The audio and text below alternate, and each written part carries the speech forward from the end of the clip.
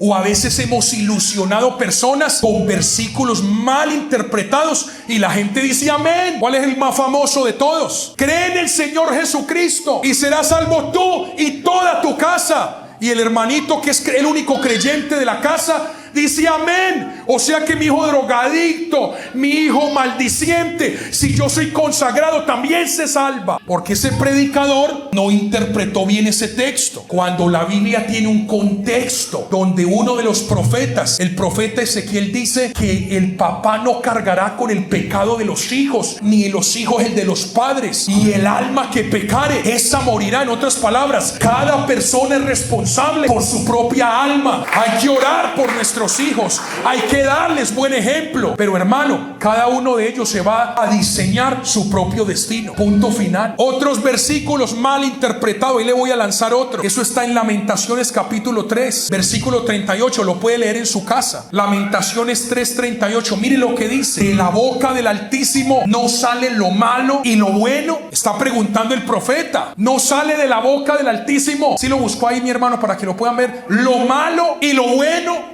Entonces usted lee ese versículo y ¿qué puede entender, hermanos? No sale de la boca del Altísimo lo malo y lo bueno. O sea, muy bien, como que de Dios proviene ambas cosas, lo malo y lo bueno. Y ahí es que hay un terremoto, eso lo mandó Dios. Y fulano se cayó y se quebró un pie, eso se lo mandó Dios. Y fulano cayó en ruina, esa ruina se la mandó Dios.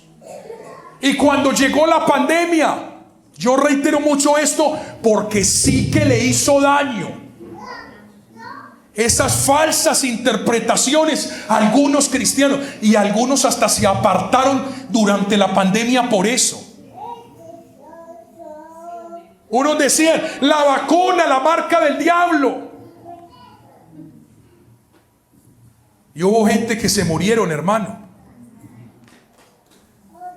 Pero era gente que no leían la Biblia, o no la entendían, o no la estudiaban, o transgiversaron los textos.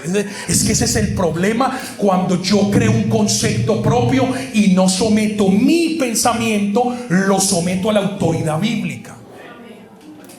Ni siquiera la marca de la bestia está relacionada con el tema de salud. Eso está claro para la iglesia. Libro de Apocalipsis capítulo 13 lo enseña clarito. Pero una cosa es yo creer lo que dijeron en YouTube, porque hay hermanos que le creen más a YouTube que a lo que está escrito en la Biblia.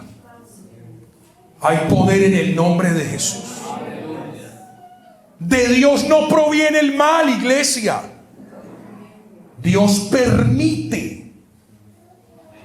Díganlo conmigo, Dios permite.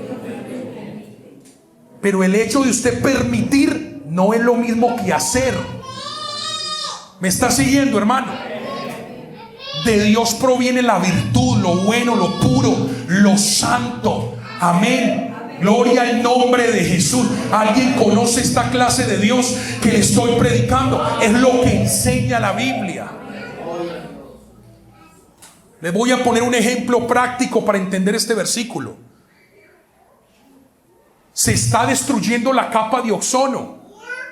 Es una capa que cubre este planeta para que si vienen asteroides o meteoritos o algún objeto extraño, es desintegrado por esa capa protectora que está alrededor del planeta. Y resulta que esa capa ya se ha ido deteriorando y ya tiene agujeros. Uno de ellos está en Siberia del Norte, por Rusia.